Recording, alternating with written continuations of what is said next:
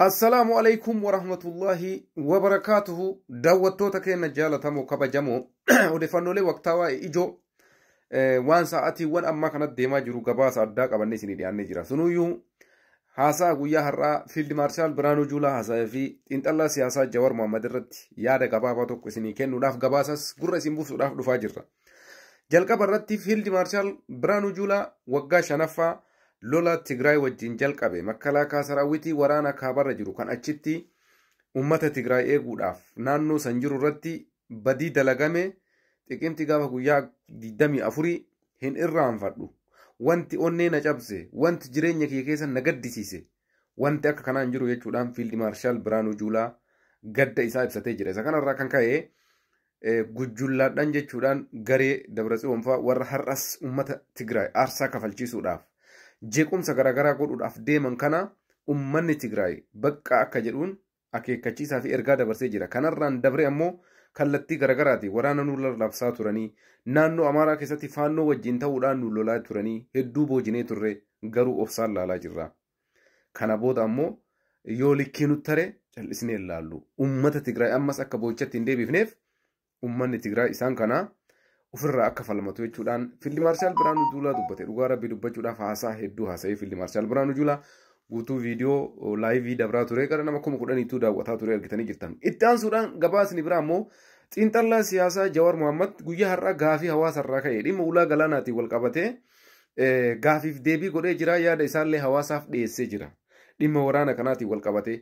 Isa kanarratti waa hedduu haasa'ee Jawaar Mohaammed kana keessaa wanti Jawaar Mohaammed walii tasmaama'uu fi waan isaan mormu jira. As keessatti fakkeenyaaf Abiyyiin Ahmad waraanaaf qophoon qabu, lolan barbaadu, dandeettii lolas hin qabu, munaamina isa jedhu kanarratti ani hin tasmaama'u. Jalqaba irratti haasaa muummichi ministeeraa Dheengadda dubbate paarlaama irratti dubbiin itti jabaatee quxuxurii isaa harkaa baanaaniin kana godhaa jira malee waraanan barbaadu Dr. Abiyyiin jecha jedhu tokko dubbate xiinxallaan siyaasaa Jawaar Mohaammed. Namni walirra hubannoo qaba. An akka hubannoo kiyyaatitti garuu bakka kanatti guutuun guututti yaada Jawaar kana hin fudhadhu jechuudha. Maaliif jennaan waraana mootummaan Itoophiyaa qabu makkalaakaa saraawwitiin meeqa akka jiru humni qilleensaa Itoophiyaa maal akka jiruu fi qophiin Itoophiyaa maal akka fakkaatu kan beeku mootummaa Itoophiyaa qofa makkalaakaa qofa.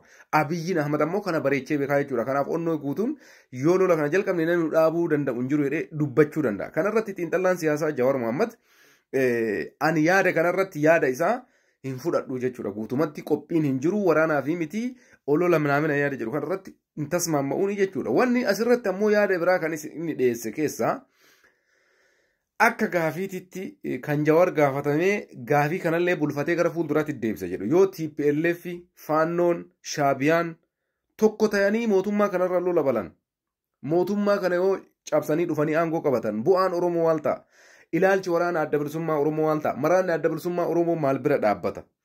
Oromoon kanarratti maal ta'uu qaba gaafii jedhuuf kanallee Jawaar Mohaammed yeroodhaaf bulfatee jira jechuudha. Gizee biraa deebi'ee gaafii kanaaf deebii kenna jedhee yeroo biritti dabarfatee jechuudha.